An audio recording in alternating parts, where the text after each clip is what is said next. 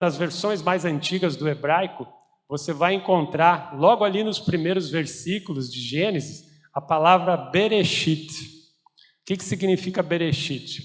Ela, de forma resumida, ela é um pouco mais ampla que isso, mas de forma resumida, ela significa o princípio do princípio. Ou seja, quando eu falo princípio do princípio para você, o que o nosso cérebro humano natural já pensa? Poxa, então é antes do começo? É exatamente isso, né? É o que tinha antes do começo. Como é que a gente chega a essa analogia? Quando você lê a Bíblia, diz lá que o Espírito de Deus pairava, o Espírito de Deus se movia. Então, se antes de tudo que eu e você temos a concepção que existe, que foi criado, né, desde o início por Deus, já existia esse ser supremo, essa inteligência infinita, esse poder criador, esse ser divino, ele já pairava, então ele vem de muito antes do começo. Por que eu estou trazendo essa reflexão para você? Para você entender o tamanho de Deus. Mas para a gente entender o tamanho, entender o poder. E veja só, esse poder, essa inteligência divina, esse Deus que nós amamos, ele muito antes de tudo que nós conhecemos, ele já existia. Então veja que o projeto que ele faz com a criação, cujo o apote central dele é a criação do ser humano, nós vamos ver isso aqui, ele tem uma ideia de herança para nós. Nós herdamos de Deus todo esse projeto, nós herdamos todo esse poder. Será que a gente exerce o poder de Deus que está dentro de nós? Será que a gente, na prática da nossa vida, nós realmente vivemos sabendo do tamanho desse poder que habita dentro de nós? Por que eu sei que esse poder habita dentro de nós? Porque lá para frente na Bíblia, né, nós vamos fazer um vai e volta aqui toda hora, Jesus vem e diz assim, onde esse poder está? Onde está esse Deus aí que você fala tanto, Jesus? E ele fala, o reino de Deus está dentro de vós. Então, olha o tamanho do poder que está dentro de você. O reino dessa inteligência infinita, desse Deus maioral, desse Deus criador, chame, né? Se você não chamasse de Deus, você ia ter que chamar de tudo isso, né? Desse poder maravilhoso que tudo pode, ele está dentro de você. Então, por que você diz que você não pode alguma coisa? Porque a tua mente te prende ao carnal, que faz parte da alma, né? Mente e alma te prende ao carnal e você não se conecta como deveria com esse poder espiritual em você. E a gente vai entender isso aqui. Essa inteligência divina, ela se manifesta, e aqui aparece a primeira ordem de Deus para todos nós, logo no comecinho. Nós nem saímos dos primeiros versículos ainda, né? Essa inteligência divina, ela se manifesta através de uma coisa chamada palavra, ou, se você quiser chamar, verbo, né? Ele diz assim, e a Bíblia diz, Deus disse, haja luz. Você entende que é uma ordem, né? O verbo de ação, haja, exista luz. Ou seja, qual é o princípio? Agora eu não estou falando do princípio, mas sim já o começo, o início de tudo que Deus estava falando. Ele começa deixando uma ordem clara para tudo que vai acontecer a partir dali. Que tudo que acontecesse a partir dali seja luz e não trevas.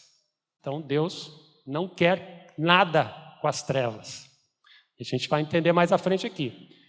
Essa manifestação da palavra de Deus, em forma de palavra, haja luz, é a primeira manifestação do poder, dessa inteligência infinita de Deus para a raça humana, que não existia ainda. A gente sabe disso porque a gente está aqui hoje, mas lá naquela época nem existia. A primeira ordem direta pela palavra de Deus, ou seja, Deus não quer trevas. O que a gente pode considerar trevas nos dias de hoje? Tudo aquilo que obscurece a visão celestial de Deus na sua vida. Tudo aquilo que obscurece a presença de Deus na sua vida.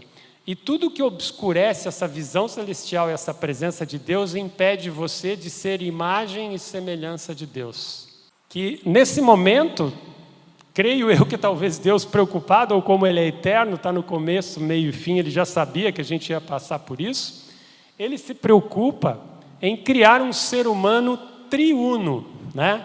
Um ser humano que tem nessa característica triuna espírito, alma e corpo. Ou, muitas pessoas falam espírito, mente e corpo. Por quê? Porque a mente é relacionada à nossa personalidade e a personalidade é o centro da nossa alma. Então aqui, veja bem, quando você fala espírito, alma e corpo, a gente já começa a entender as três inteligências: a espiritual, a emocional e a produtiva.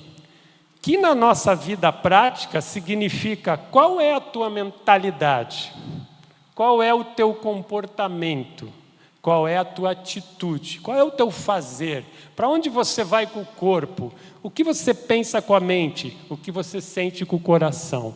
Tudo isso é determinado pela tua mentalidade. A tua mentalidade determina teu comportamento e com isso você vai ter uma atitude. O ser humano é logo em seguida, né, criado, então, por Deus ali, está em Gênesis 1, 26 a 28, com uma segunda ordem de Deus, né? Qual é a ordem que ele tem nesses capítulos, né? Está aqui, ó. Façamos o homem a nossa imagem e conforme a nossa semelhança, e domine sobre, daí, peixes, aves, né? Tudo que tinha sido criado. E depois, lá no versículo 28, Deus lhe diz, a Adão e Eva, né? Frutificai, multiplicai e sujeitai. Ou seja, a criação a Adão e Eva. Então veja que nessa ordem de Deus, aqui tem um ponto que eu quero chamar a atenção para você. Olha como começa o versículo 26. Façamos. Com quem Deus falava nesse momento? Já pararam para pensar isso? Quem estava com Deus nesse momento? Quem fazia parte desse início de projeto? Dá para a gente viajar um pouco aqui. Será que Jesus Cristo já estava lá? Sim, já estava lá com ele, né? O Espírito Santo estava lá? Sim, né? Mas o que importa é que, ó, façamos. Então, no mínimo, você tem que entender que tudo que você sabe até hoje sobre Deus, Jesus Cristo e o Espírito Santo já existia antes do início de tudo, Bereshit. Já fazia parte do projeto antes mesmo do projeto estar pronto. Olha o tamanho de Deus. A segunda ordem de Deus, vocês viram que ela é relacionada à imagem e semelhança. Ele pega, como diz a Bíblia, a terra, o pó, e cria o ser humano. Então aqui, a partir desse momento, Deus dá o sopro da vida em Adão. Que tipo de vida foi soprada em Adão? A vida em espírito. Não era um espírito soprando nele? Não é o Criador soprando nele? O que estava sendo passado para a humanidade? Né? O espírito do Criador.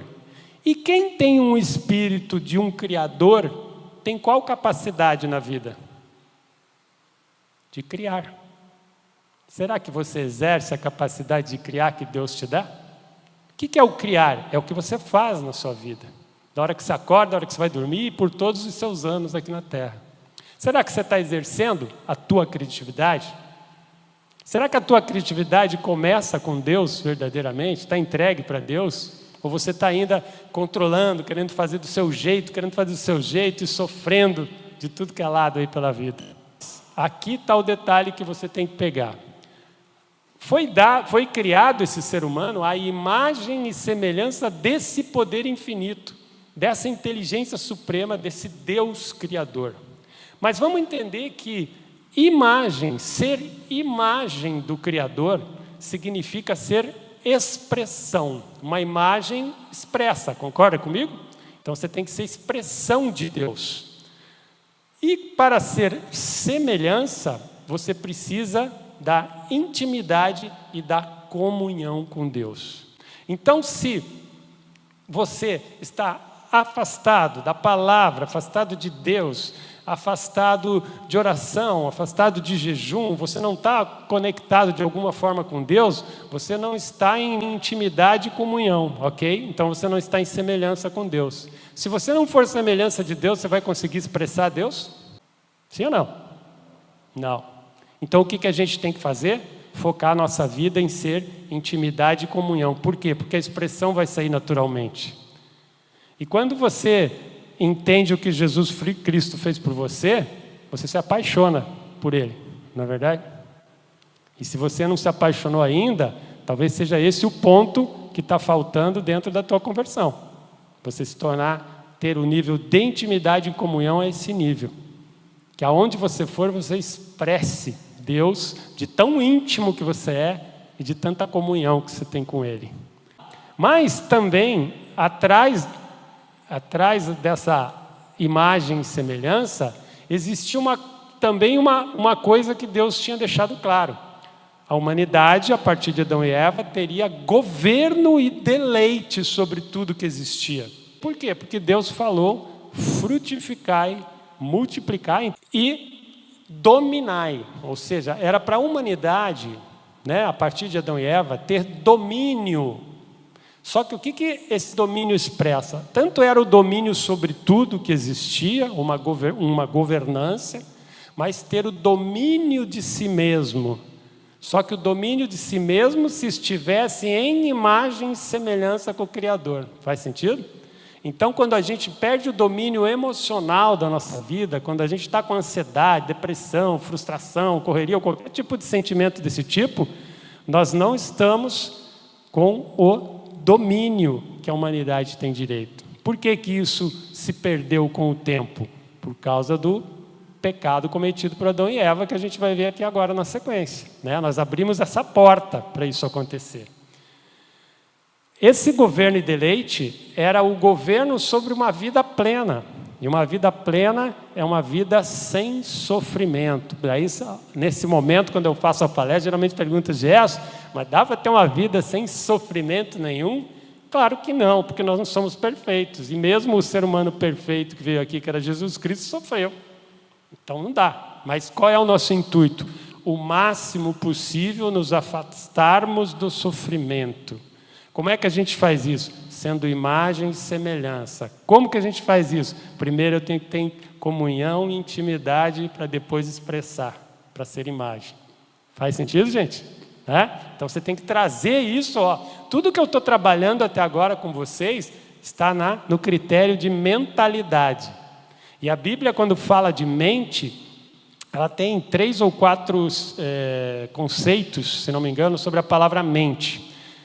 Em determinado momento, quando você vê a palavra mente na Bíblia, ela significa entendimento.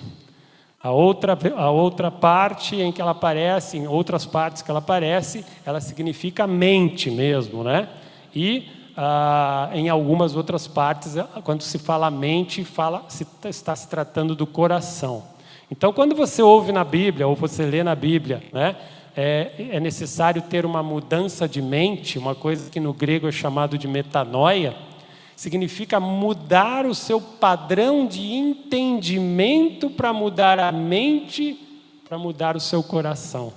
Por que as pessoas têm dificuldade de se aproximar novamente de Deus? Porque a sua mente ainda não foi mudada. Se a mente não é mudada, quem está no domínio é a alma e não o espírito. E por isso a gente continua em afastamento.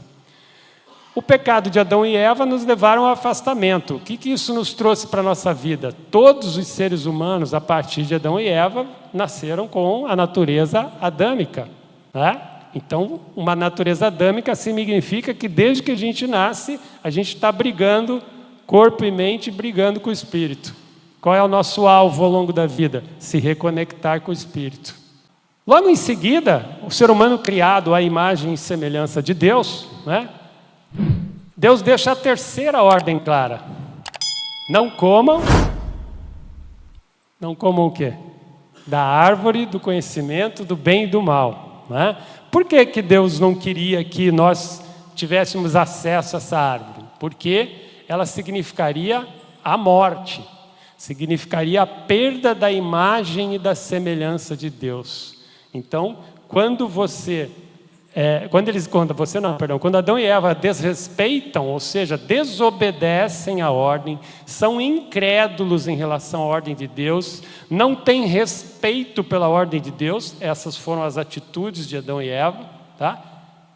A morte é o preço a pagar, né? Morte do quê? Da vida. E o que é a morte da vida? A morte em vida. A morte em vida é o sofrimento, quando você morre antes da hora, né? Não preciso falar muito, daqui a pouco vocês vão ver os números da ansiedade e da depressão no mundo para você entender o que eu estou falando. Então, se a ansiedade e depressão dominam de tal forma a humanidade hoje, significa que essa morte, que é mental, né, é na mente, é no corpo, ela está dominando ainda, infelizmente, a raça humana. Nosso papel, temos que voltar a ser imagem e semelhança para podermos salvar outras pessoas. Por isso que a ordem, como propósito para as nossas vidas, é clara: indo, pregai. Tem diferença também de você ouvir a palavra ide e pregai. Porque o ide você tem que, parece que é uma atitude, você tem que levantar, sair, falar de Deus, pensar que você tem que fazer isso, pensar que você tem que falar com o irmão, pensar que você tem que levar a palavra adiante. Não é verdade, né? Ide, você tem que fazer. O indo, você já está em movimento. É você, da hora que você acorda, da hora que você dormir, expressando Deus. Você não se preocupa com o ter que fazer isso. Isso é uma diferença muito gritante. Indo, pregai. Onde você estiver, a hora que for, no trabalho, no mercado, na loja, com quem você estiver, falar algo sobre Deus. Quando a gente fala isso, muitos irmãos acabam pensando o seguinte: nossa, mas eu tenho que abordar alguém, parar para falar de... Não é isso que tem que ser feito. Você tem que sentir, porque Deus vai colocar a pessoa certa na sua frente, que aquele é o momento de você falar algo sobre Deus. E se Deus quer realmente que você fale com aquela pessoa, Ele vai abrir a porta dessa comunicação. Por quê? Agora, se você estiver expressando Deus o tempo inteiro, as pessoas vão querer chegar perto de você. Entende a diferença? Você não vai se preocupar mais com isso. Por isso você tem que mergulhar na intimidade e comunhão. Faz sentido, gente? Sim ou não? Sim? Legal. Veja só, quando a gente fala em sofrimento, a gente fala de uma sensação de incompletude. Eu não me sinto completo. E se eu não me sinto completo, eu não estou pleno. Ou seja, incompletude diferente de plenitude, né? Quem é a plenitude? Quem é a plenitude na nossa vida? Jesus Cristo. Quando você tem Jesus Cristo na sua vida e você é a imagem e semelhança dele, você tem plenitude. Ou seja, você está afastado do sofrimento. Você está com o domínio do Espírito e não mais da sua mente. Você fez a metanoia. Faz sentido? Veja só. Plenitude é a sensação de satisfação contínua. Não quer dizer perfeição de sentimento. É a maior parte do teu tempo você se sentir com satisfação no que você faz, ao invés de se sentir sofrendo. É você sentir a vida fluindo por onde você faz, no que você vive, ao invés de ser luta dura, árdua, difícil, que te leva a sofrimento o tempo inteiro. Parece utopia nos dias de hoje falar isso, né? Não é? Poxa, está duro, só vê as pessoas falando está duro, está difícil, mas né? Porque a mente das pessoas está nisso. Mas se a mente delas está nisso, está nos problemas, não está na solução. Qual é a solução? Ser imagem e semelhança do Criador. Para você mudar o ambiente que você está. Para você mudar as relações com as pessoas. O grande problema, quando você está sob o domínio da tua mente, é que ela impede você de fazer escolhas assertivas. Porque a mente funciona através dos nossos pensamentos, em seguida o pensamento se mistura com uma emoção, e a partir da mistura dos dois você tem ações ou inações. Pode ficar parado, não fazer nada. Então veja que aqui está o segredo de a gente aprender a perceber o pensamento que entra na nossa cabeça, que tipo de sensação, de sentimento ou emoção ele está dando dentro de você e ver o que você já ia fazer em seguida.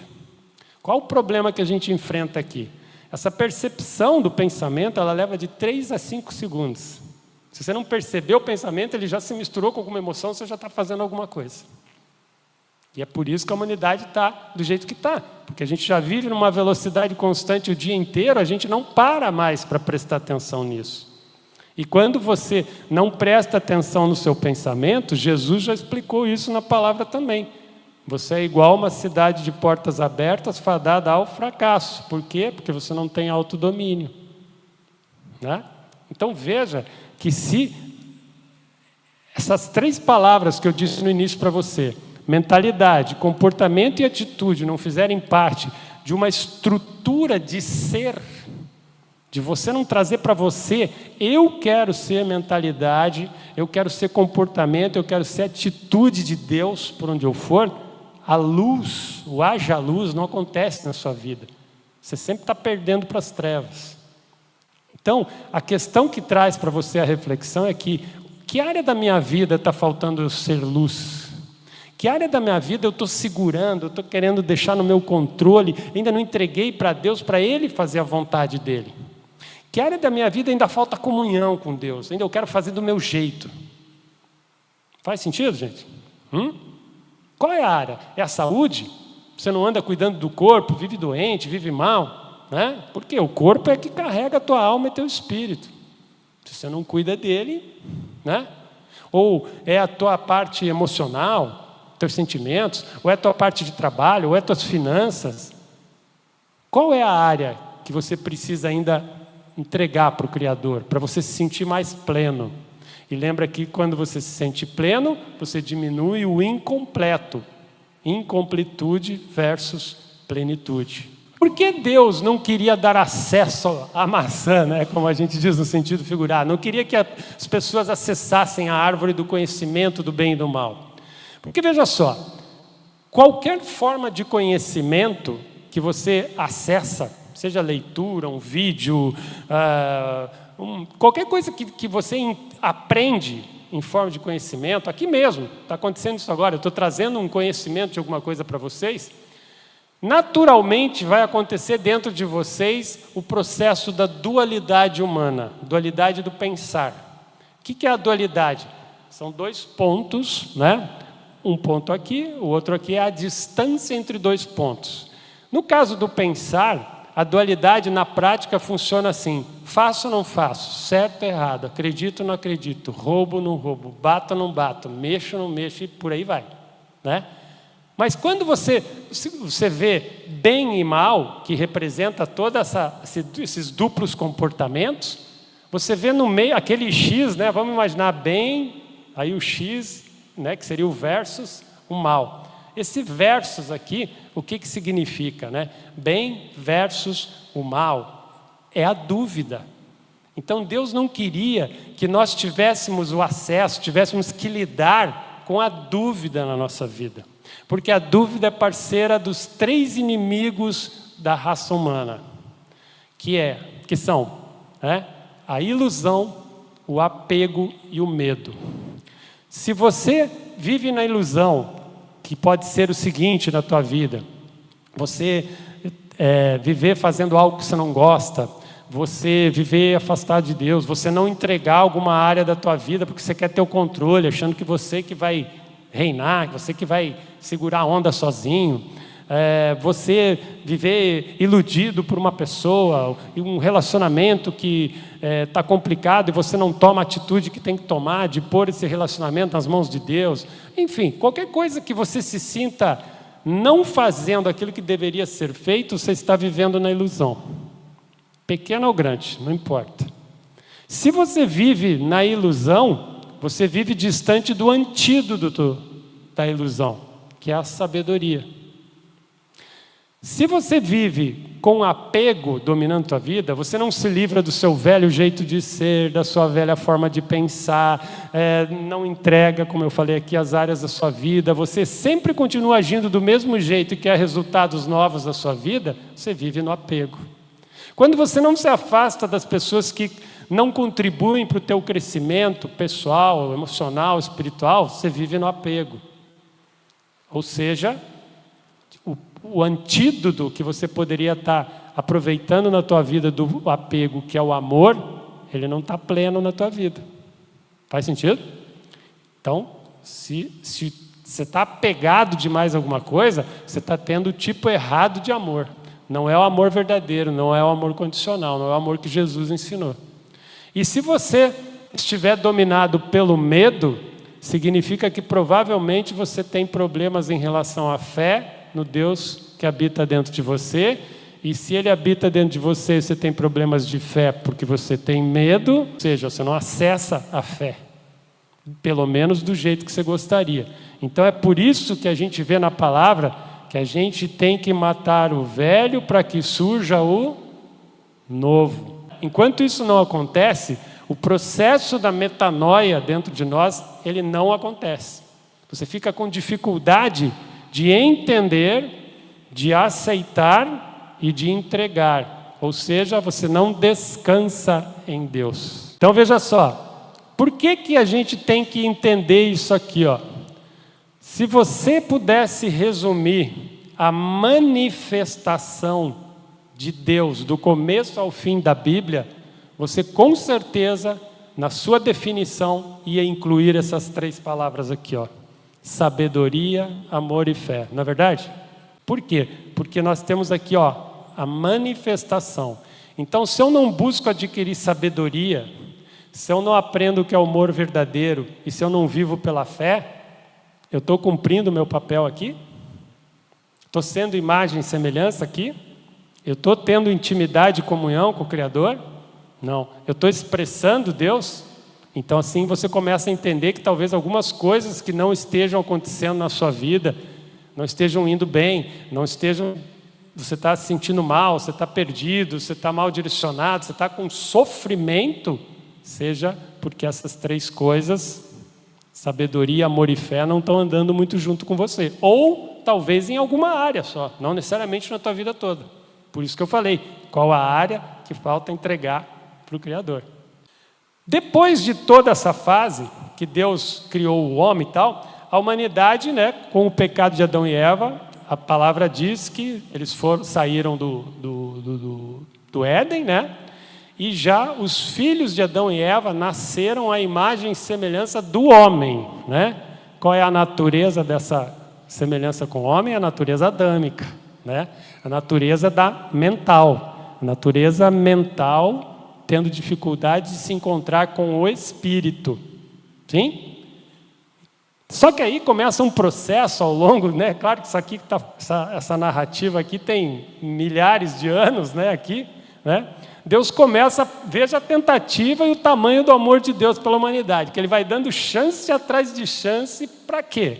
Para a humanidade voltar a ser imagem e semelhança dEle. Porque se a humanidade voltar a ser imagem e semelhança dEle, ela estará salva. Só que olha o tempo que Deus vem trabalhando para fazer isso acontecer novamente. Tudo por quê? Por desobediência, incredulidade de Adão e Eva.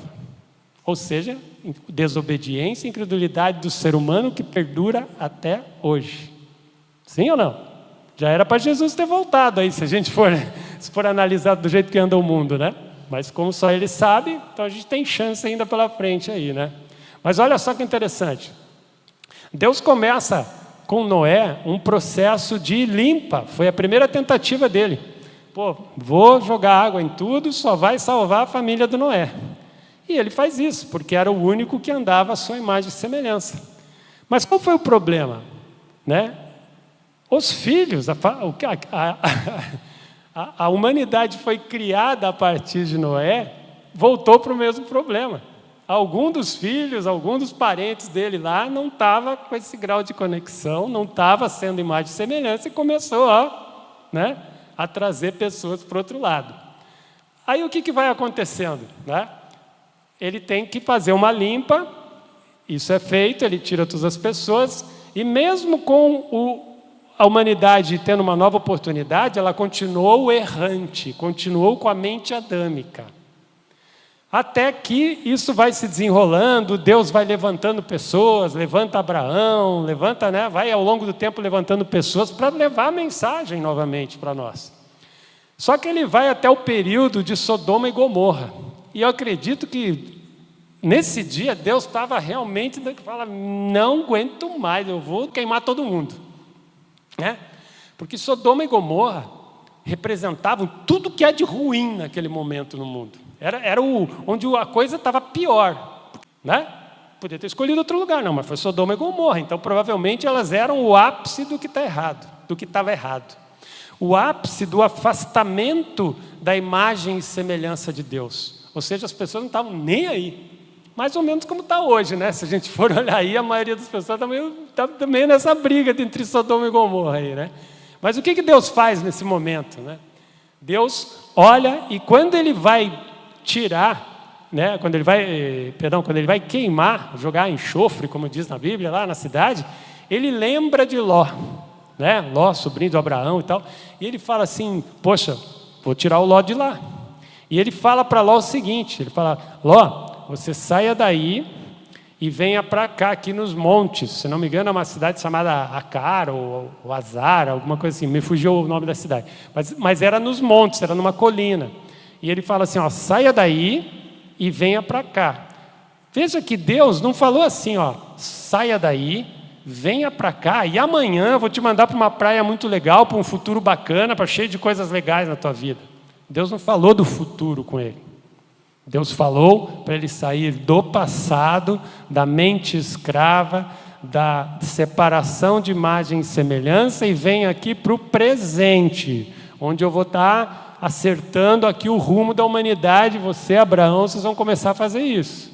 Veja que tem uma ordem pré-estabelecida aqui. Sempre que você mantém a mente no passado, o que acontece com você? O mesmo que aconteceu com a mulher de Ló. Ela estava saindo de Sodoma e Gomorra, olhou para trás e petrificou, virou uma estátua de sal.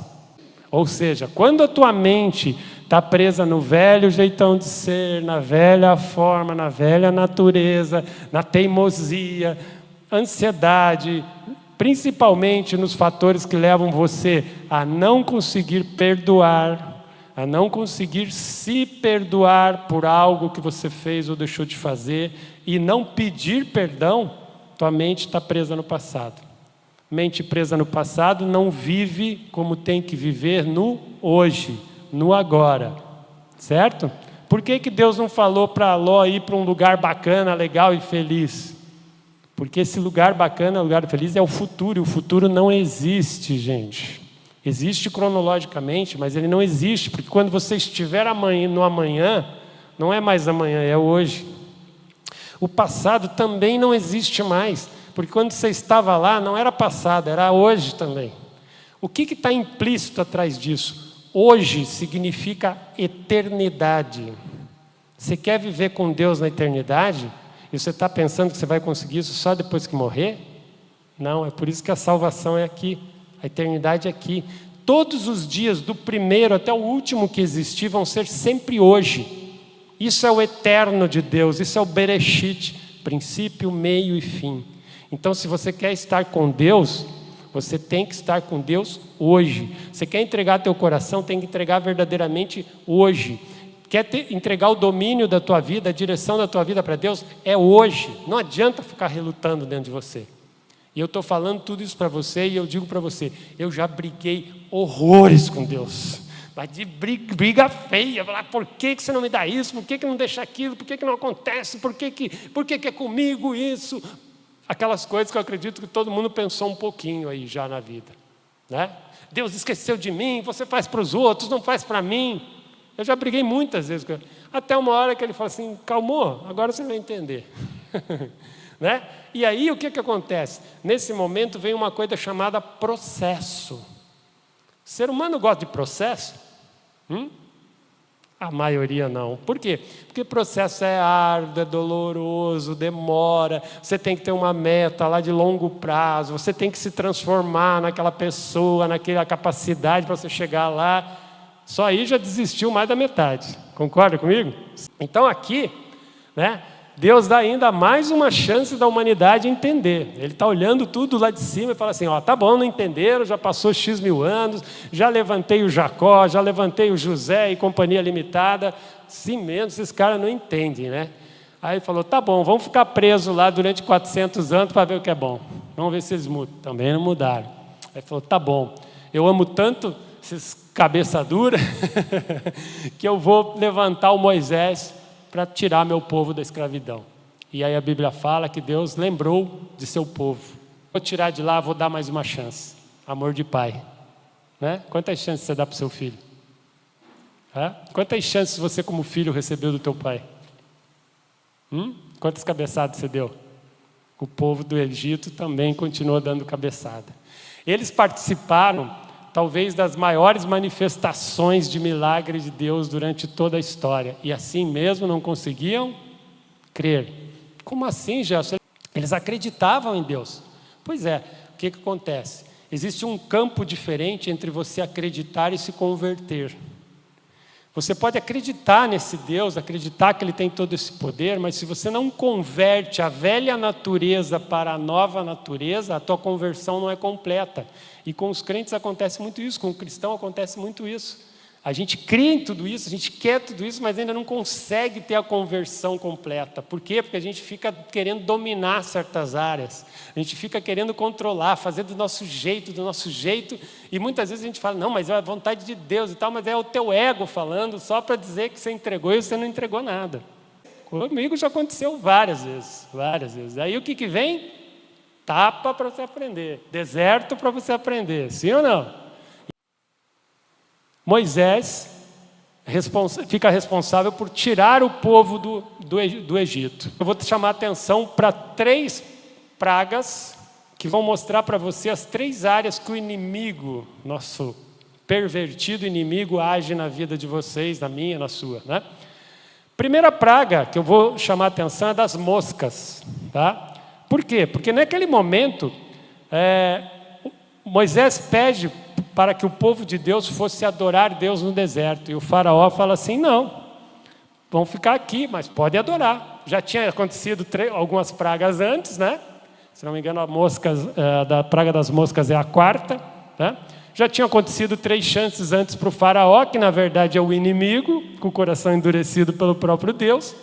E o inimigo, o faraó, diz assim, não, fica aqui, ó, podem adorar a Deus aqui, ó, pode adorar Ele aqui tranquilamente. Por que o inimigo não queria que o povo fosse adorar Deus em outro lugar? Por que o inimigo age dessa forma? Porque ele quer que você fique preso ao ambiente onde você está. Então essa é a primeira área onde o inimigo age na tua vida e que você tem que prestar atenção. O ambiente que você está, com quem você anda, o que entra no teu ouvido, o que você está vendo e comprando para você, o que você está tocando, pegando por aí. Então aqui, o inimigo queria prender o povo de Deus na mentalidade antiga, na forma de pensar antiga, no ambiente antigo. Por quê? Porque se ele fica no ambiente antigo, não muda a mente. Não mudando a mente, não muda o comportamento, não muda a atitude. Então tome cuidado. Se o teu comportamento está difícil de mudar, se a tua atitude está difícil de mudar, tua mente está com algum acesso aí das trevas te incomodando aí por aí, você tem que rever. A outra praga que eu quero chamar a atenção de vocês é a dos gafanhotos. E na praga dos gafanhotos, o faraó diz assim, olha, vocês, então que os varões vão para o deserto adorar Deus, mas que fiquem as esposas e os rebanhos. Faz sentido, gente? Por que ele queria isso? Porque essa é a segunda área onde o inimigo age na tua vida, que é a família. Ele queria separar a família. Uma família que não é unida em Deus, não tem problemas, que tem drogas, violência, xingamento, desrespeito, traição, qualquer dessa coisa, é a praia do inimigo. É lá que ele quer estar. Né? Por quê? Porque ele sabe que se ele infernizar a tua vida na família, ele te desestrutura mentalmente a tal ponto de você não se conectar com o Espírito. Você começa a olhar para cima e falar, o que você está fazendo comigo? Por que você me dá essa vida? E, na verdade, é o inimigo agindo na tua família. Então, algumas atitudes você mesmo causa. Por mais que não seja uma família, vamos dizer, toda degringolada, como essas que eu falei aqui, pode ser muito menor isso na tua família e você não está percebendo. Quando você vira para um filho teu e fala que, ô, seu burro, seu idiota, você não está vendo o que você está fazendo? Isso não é jeito de você lidar com o seu filho? Quando você lida com o seu filho desse jeito, você está esquecendo com quem que você está falando? Você sabe com quem que você está falando quando você diz isso para o teu filho? Você está falando com Jesus, cara. Você está falando com Deus que habita dentro dele. E se você não vê Cristo no teu irmão, no teu colega, no teu sócio, na tua esposa, no teu filho, e você age de qualquer maneira que saia do que é uma virtude, você está agindo pelas trevas. Você está permitindo que o inimigo haja dentro da sua família, dos seus relacionamentos. Então, primeira área, ambiente. Segunda área, família. E a terceira? A terceira está na praga das trevas, onde o faraó diz, então, ok, vão os varões, vão mulher e crianças, mas que fiquem os rebanhos aqui. Qual é a terceira área que o inimigo quer agir? Finanças. Por quê? Quando ele age nas tuas finanças, o que ele te desequilibra? Tudo. Vai mexer com a família, vai mexer com o teu emocional, vai mexer com fome, vai mexer com todos os sentidos. Ele age em todos os sentidos ao mesmo tempo dentro de você. Então, veja, olha como é a coisa, né? E como Deus é perfeito.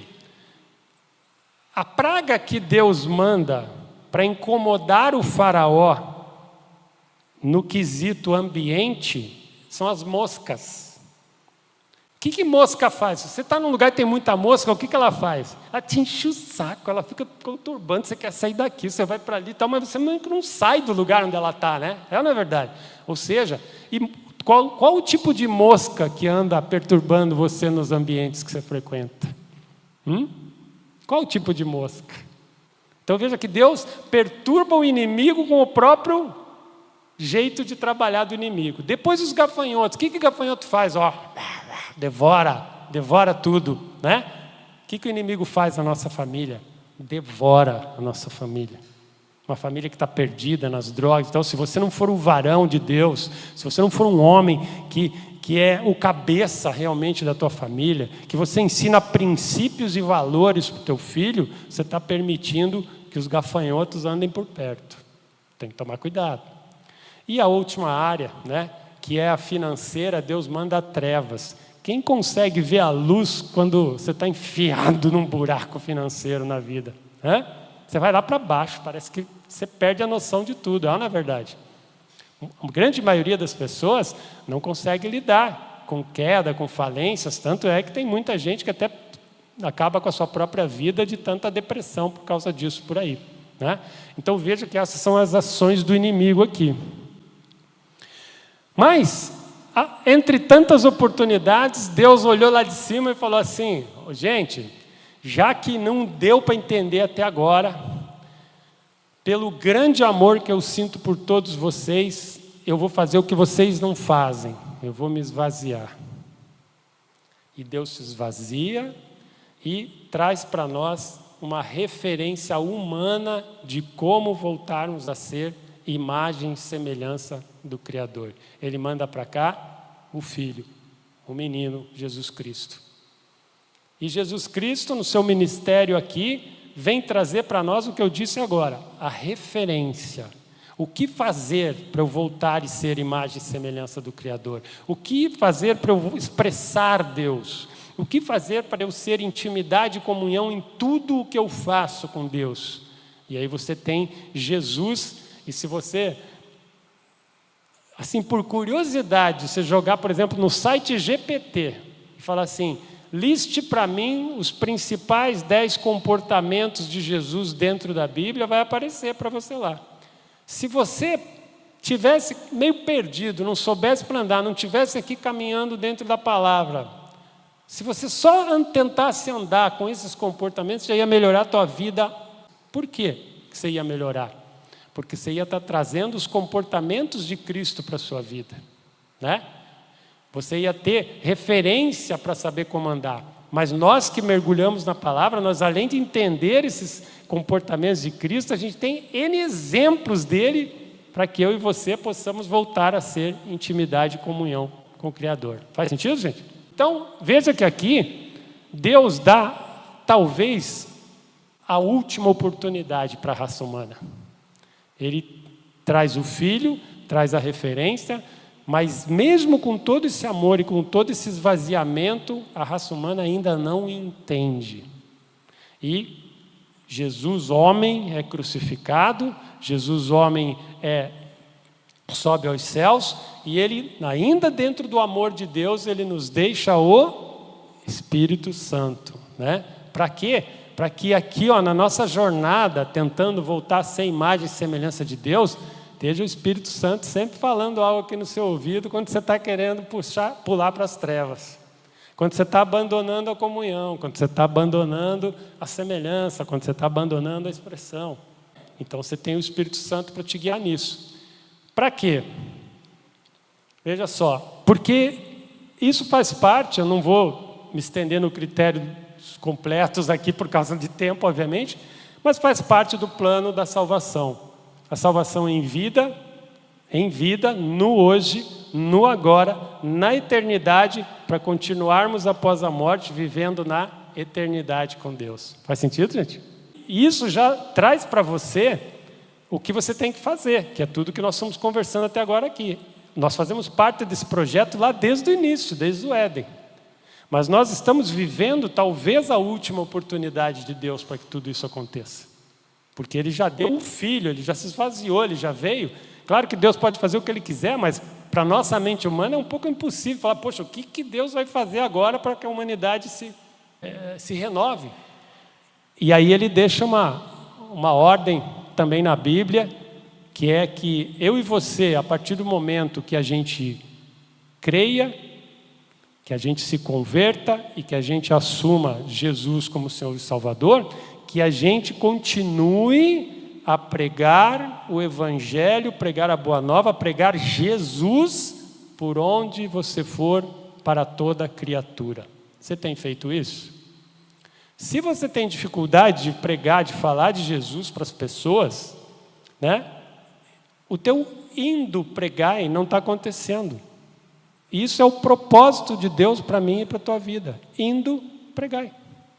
Mas você precisa crer e você precisa se converter. O que acontece? Muitas pessoas hoje creem nisso tudo que a gente está falando, mas se você não consegue depois de fazer na prática, a tua conversão ainda não está completa. E aí provavelmente alguma área, alguma coisa, você está com dificuldade de entregar para Deus.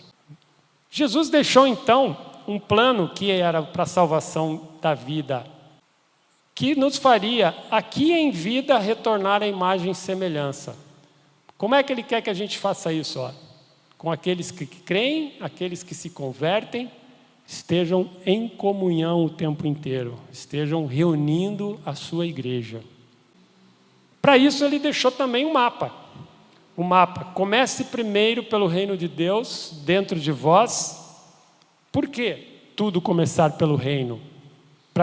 Por que essa ordem é tão clara? Mais uma ordem clara. Por que essa ordem é tão clara? Porque a partir do momento que você começa tudo pelo reino, você se esvazia, você se diminui, você dá a Deus a velha natureza, você deixa o velho de lado e deixa o novo fluir. Quem é o novo? O novo é o que te salva. O novo é a expressão. Então, se você começa a expressar Deus porque você está em em intimidade e comunhão, o que vai acontecer na sua vida? Portas vão fechar ou portas vão se abrir? Se abrir. Se a gente parasse tudo que eu falei até agora e ficasse só nesse pensamento, já estava dizendo para nós o que a gente tem que fazer. Então, você veja que essa ordem de ser imagem e semelhança, ela norteia tudo que tem na Bíblia. Tudo que é ensinado na Bíblia, de alguma forma, ela volta sempre para dizer para você intimidade, comunhão e expressão de Deus. Esse é o alvo, esse é o objetivo. Por que Deus quer isso? Para que eu e você podemos ter chance de salvação. Para que a mensagem, que a boa nova, que foi talvez aqui a última chance que Ele deu, seja expressada para toda a criatura na face da terra. Porque Ele diz também que todo joelho se dobrará, que essa mensagem todos vão ficar sabendo. Deus deixou também as ferramentas, porque Jesus ensinou o caminho. Para você ir ao Pai, conheça o Filho. Por quê? Porque Ele é o caminho, a verdade e a vida. Qual é o caminho que nós entendemos aqui como forma prática para isso acontecer? Como ter intimidade e comunhão? Oração, leitura da palavra. Né? Você vai ter o quê? Intimidade. Como é que você pode... Intimidade e comunhão. Como que você vai ampliar a comunhão? Jejum. Por quê? Jejum, diminuição da carne para elevação do espírito. Se você pegar a grande maioria das pessoas elevadas por Deus, pessoas que tiveram visão, pessoas que tiveram que cumprir ordem de Deus, geralmente essas pessoas, a Bíblia fala, que elas se encontravam em oração, ou em jejum, ou as duas coisas juntas. Né? Você veja que mesmo Paulo, quando foi derrubado pela visão de Cristo na sua transformação, ele fica cego e 3 dias antes de receber a diretriz, né, que ele recebe de Jesus para a sequência, né, do seu apostolado, ele fica 3 dias sem comer e beber. Então qualquer coisa que a gente quer entregar para Deus, fazer para Deus, qualquer coisa que a gente quer fazer na nossa vida, é muito importante que você consagre isso através da oração para Deus. Você converse com Deus. Olha, meu desejo é esse, Deus. Esse negócio eu vejo dessa forma. Essa situação no meu casamento eu vejo assim. A minha saúde está de tal jeito. Tudo que você pensar, comece primeiro entregando para Deus. Deus, qual é a tua visão? O que você quer me dizer sobre isso? Me testifique o que eu estou achando que é dentro da palavra. Me mostre na palavra aquilo que eu estou pensando aqui para ver se eu estou no caminho certo. Se você estiver num processo mais avançado de jejum, essas coisas vão começar a aparecer maravilhosamente na sua vida. Por que Deus ainda deixou aqui 2 ferramentas que são dons e serviços? Porque nós temos que viver a vida aqui, nós temos a vida prática, a vida produtiva, e aqui a gente começa a encaixar. Nós estamos falando já há bastante tempo de inteligência emocional e espiritual se conectando, e agora vamos falar aqui da inteligência produtiva. Produtividade significa, diferente do que as pessoas pensam, que produtividade é só no trabalho. Não. Produtividade é você avançar em todas as áreas da sua vida. Para onde? Para a vida que você gostaria de ter. Que vida é essa? A vida que você gostaria de ter, desde que seja a vontade do Criador. Então, olha as conexões que estão atrás desse patamar. Eu tenho que ter clareza, visão de futuro do que eu quero, mas eu preciso estar isso entregue à vontade de Deus. Eu preciso viver com propósitos, e tem um propósito claro de Deus, propósito de eu e você, por onde irmos, pregarmos. Mas Deus deixou dons de natureza dentro de nós, que são seus dons, seus talentos, para você emprestar em algum trabalho na tua vida, onde o princípio desse trabalho seja servir pessoas, que é um dos princípios do reino. Então, se o teu propósito, aquilo que você está trabalhando, fazendo na tua vida, você faz por fazer ou só por pagar a conta, você não está vivendo o propósito de Deus na sua vida. Se você não está conseguindo trabalhar em algo onde o seu talento natural, aquilo que é bom, aquilo que você nasceu, que você sabe que as pessoas dizem para você, poxa, isso aqui é bom, isso aqui é melhor que a média das pessoas e tal. Se você não consegue colocar isso em prática no teu trabalho atual, ou não trabalha com algo onde coloque isso em prática, você está perdido em relação ao propósito. Porque o propósito de vida, ele tem 2 níveis. Um nível primário, que é tua relação com Deus. Quem é você com Deus? O teu eu sou. Quem eu sou com Deus? Quem eu sou em valores na minha vida? Quem eu sou em princípios? O segundo estágio é o externo, que é o propósito do fazer na vida, né? Que tem a ver com os dons naturais que Deus te deu, colocados num trabalho onde você sirva pessoas ao longo da tua vida. Então a diretriz que tem aqui é para você rever se os seus dons naturais, aquelas coisas que você é bom, você está conseguindo colocar no trabalho que você faz. Talvez não seja literalmente no trabalho que você faz na tua empresa ou que você faz para a empresa que você trabalha. Talvez o teu dom seja na igreja, né? Eu não estou falando nem dos dons espirituais, tá, gente? Estou falando dos dons naturais aqui. Não estou falando de falar em línguas, né? Estender a mão, nada disso. Estou falando dos dons naturais para a vida prática. Aquilo que você tem qualificação, aquilo que você tem competência dentro de você. E aí você direcionar isso para um propósito na sua vida. Você vai entender por que isso é importante e por que Deus deixa claro, né, que Ele tem um propósito espiritual para nós, mas que Ele dá dons para que a gente exerça tanto os propósitos espirituais, quanto o propósito de existência, de sobrevivência aqui na Terra. Tá? O que nos impede de alcançar uma vida com propósito, uma vida com a inteligência emocional conectada à inteligência espiritual e que a gente viva então em plenitude? Está aqui, ó. Isso é, se você olhar para esse slide aqui, você vai ver a fotografia dos dias de hoje. Tá? A gente tem aqui, ó, queremos acessar a Deus com a nossa mente. Quando você tenta acessar Deus com a mente, não dá, né? Você tem que acessar com o Espírito. Senão você quer acessar Deus com a mente, você fica distante novamente, você fica com a mente adâmica. Então precisa que haja a metanoia, que haja a mudança de mente, que começa pela mudança do teu entendimento em relação às coisas, para você buscar intimidade e comunhão. E assim você volta a expressar Deus. O exercício pela mente, a força das pessoas em querer ter controle, em achar que são elas que fazem tudo, em elas que conseguem tudo, isso leva a um estresse mental que está acontecendo exatamente e colocando as pessoas dentro desses números aqui, ó. 87% das pessoas perdidas. Por quê? Porque a mente das pessoas hoje ela é relutante, desobediente, controladora, indisciplinada, procrastinadora, ansiosa, depressiva e muitas vezes doentia, quando você já está sofrendo de depressão, ansiedade, ou se alguém já passou por isso, sabe o que eu estou dizendo. Mas o que acontece? 1 a cada 4 pessoas no mundo, e segundo dados bem atuais, está dizendo que isso vai ser, nos próximos 3 a 5 anos, 1 a cada 2 pessoas no mundo vai sofrer, ou já está sofrendo, com algum transtorno depressivo, consciente ou inconsciente. Daqui 3 anos, significa 50% da população mundial. Onde estão essas pessoas? Olha só, 1, 2, 3, 4. Um de nós pode ter, um de nós pode ter tido, pode estar com alguém da família tendo. Eu já tive depressão.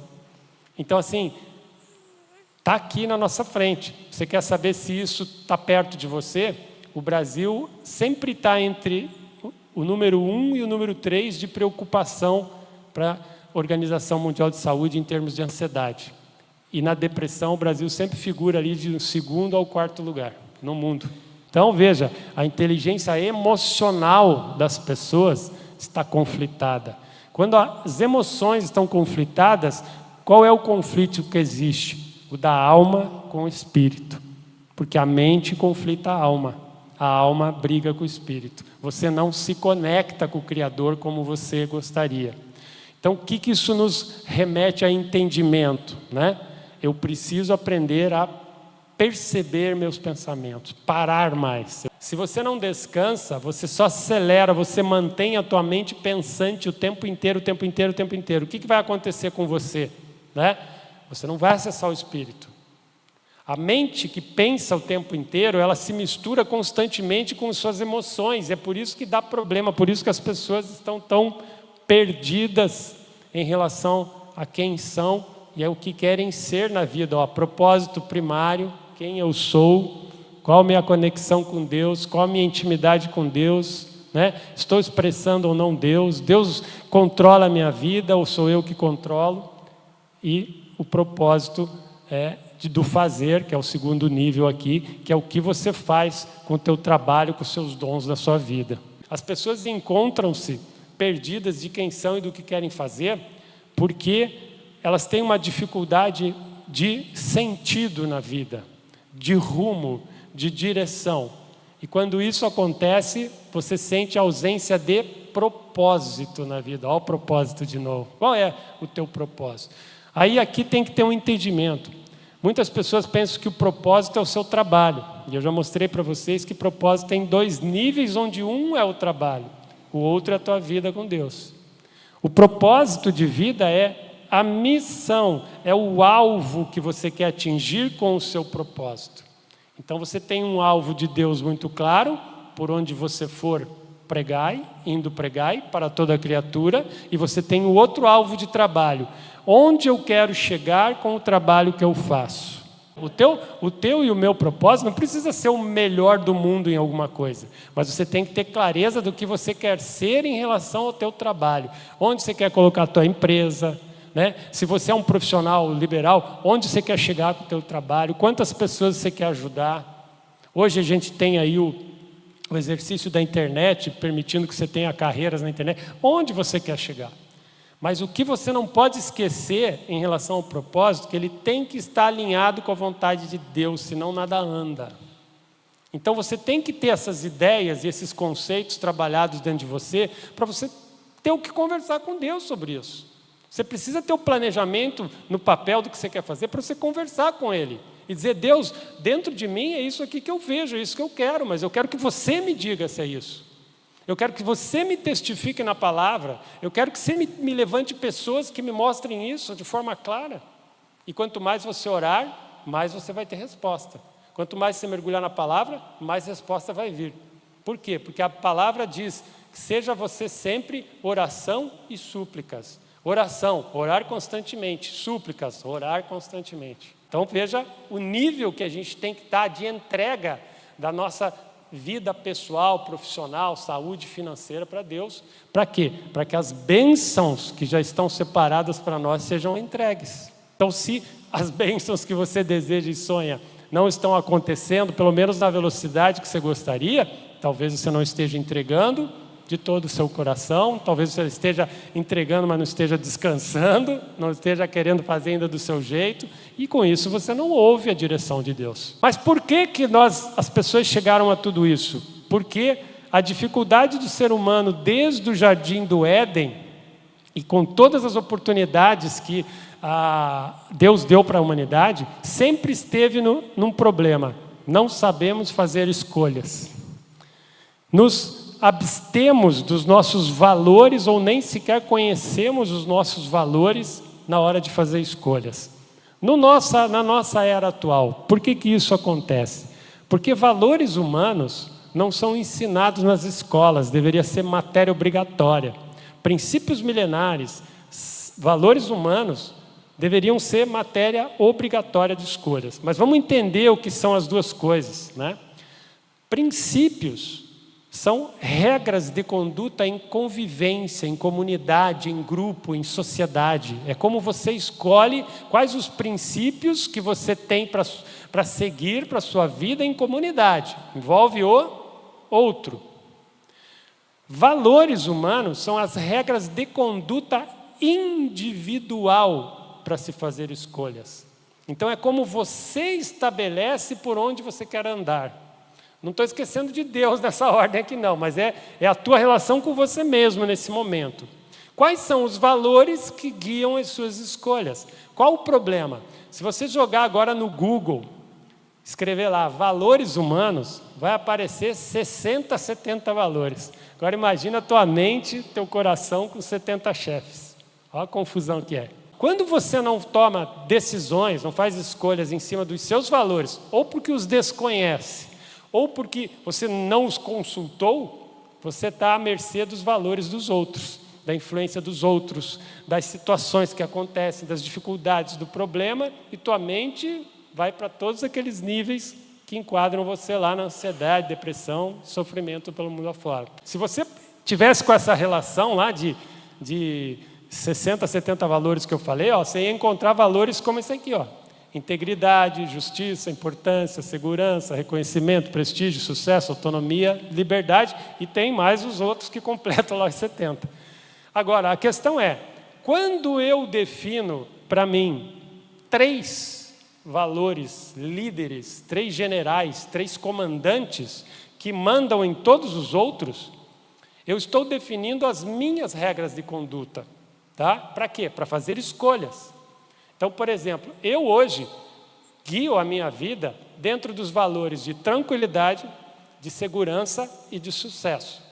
O que eu determinei para mim? Eu determinei o que essas 3 coisas significam para mim. Por exemplo, sucesso para mim significa conseguir realizar aquilo ao que eu me proponho fazer.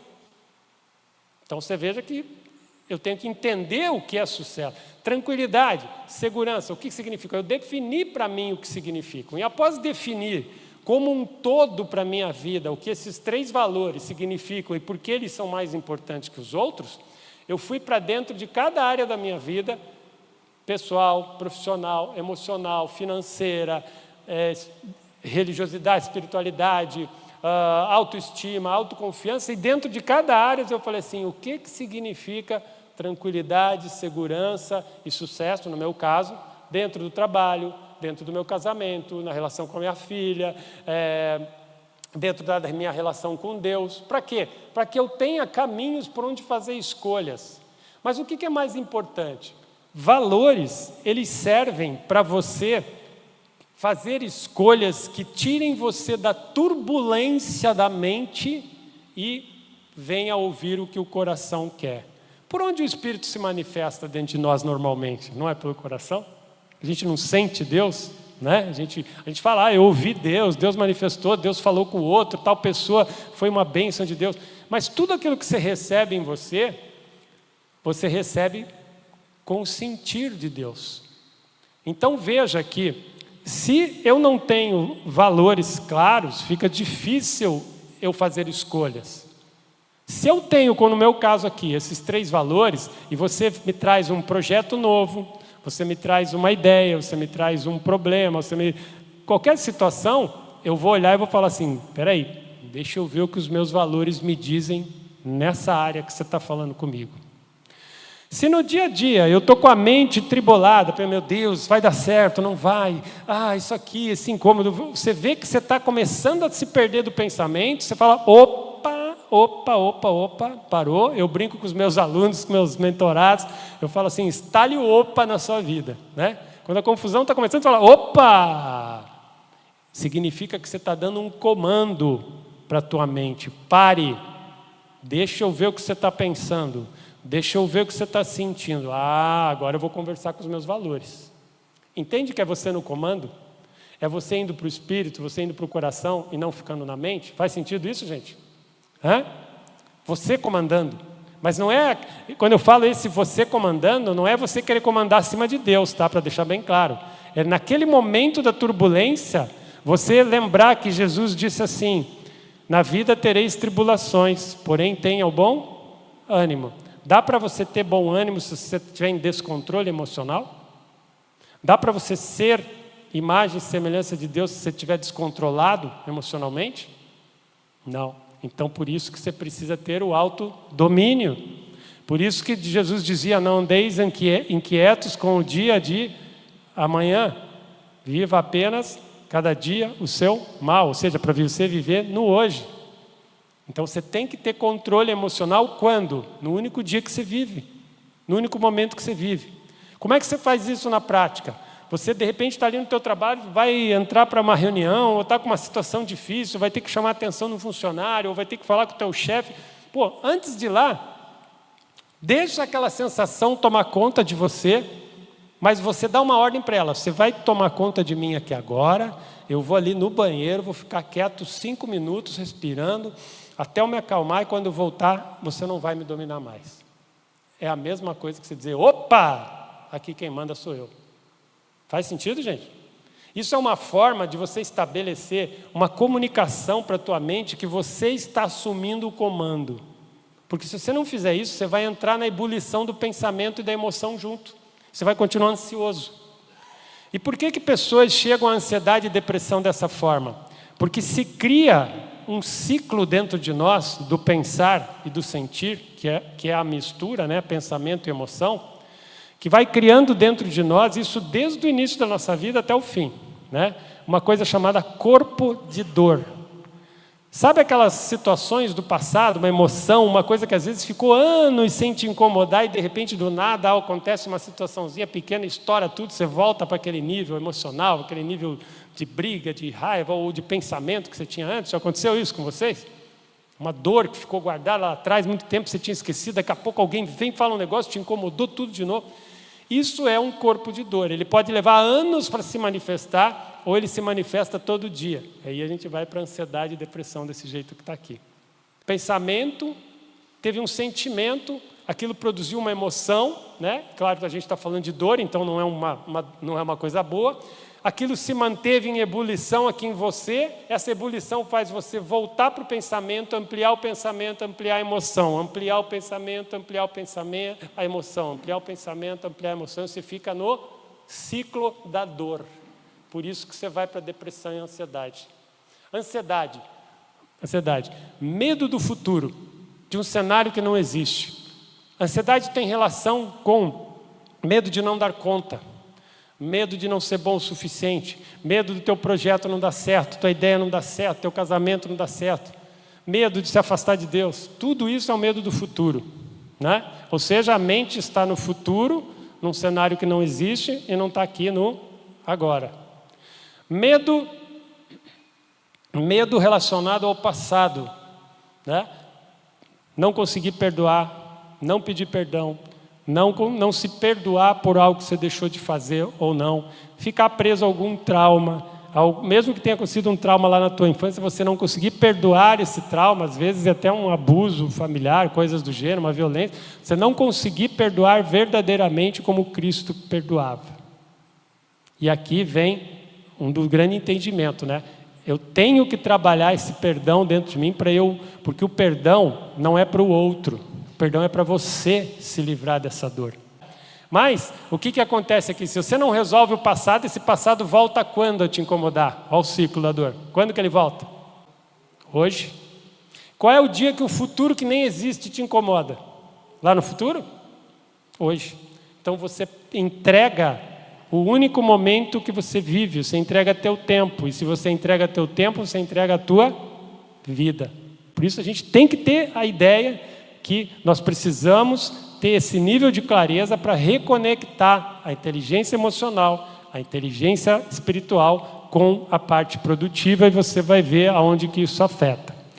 Tendo valores claros, vai melhorar teu nível de escolha.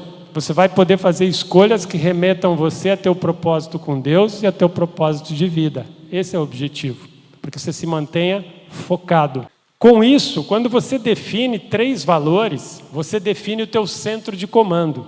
Por isso que quando você tem 3 valores, e eu estou aqui em dúvida com alguma situação na minha vida, eu falo assim, deixa eu ver o que o meu valor de tranquilidade me fala nisso, né?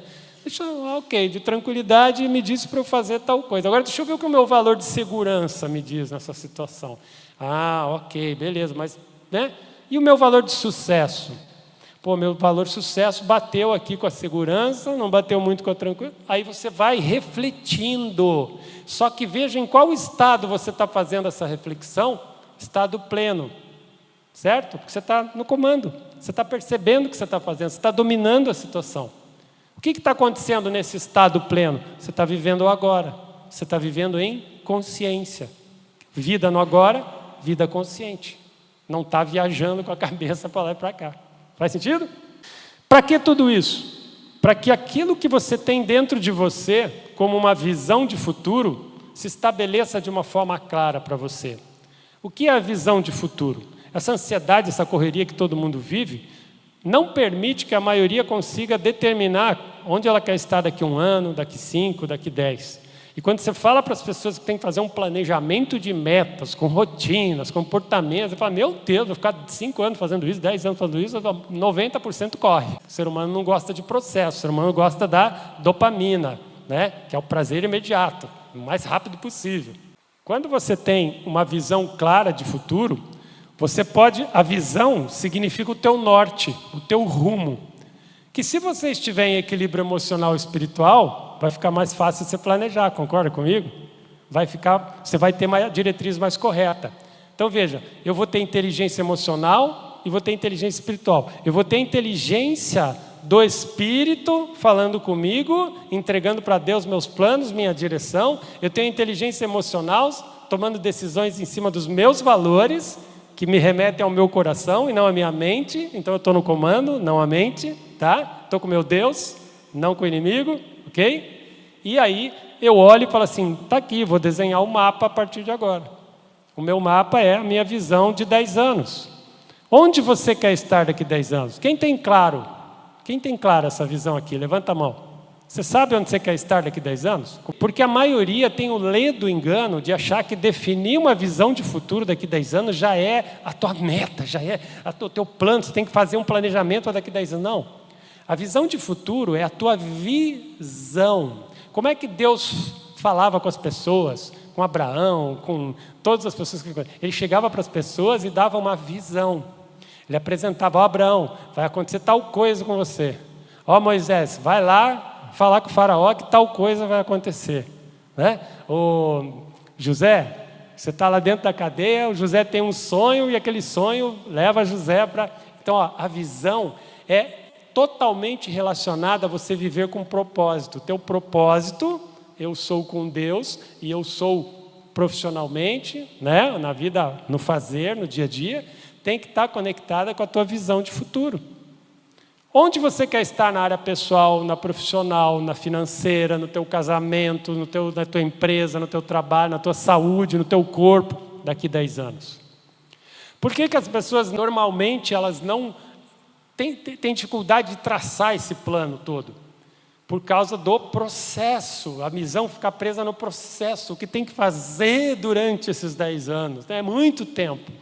Não é para isso que a visão de 10 anos serve. Ela serve apenas para ser o teu norte, o teu sol que você busca. Você trabalhar, você viver focadamente naquilo que você quer alcançar.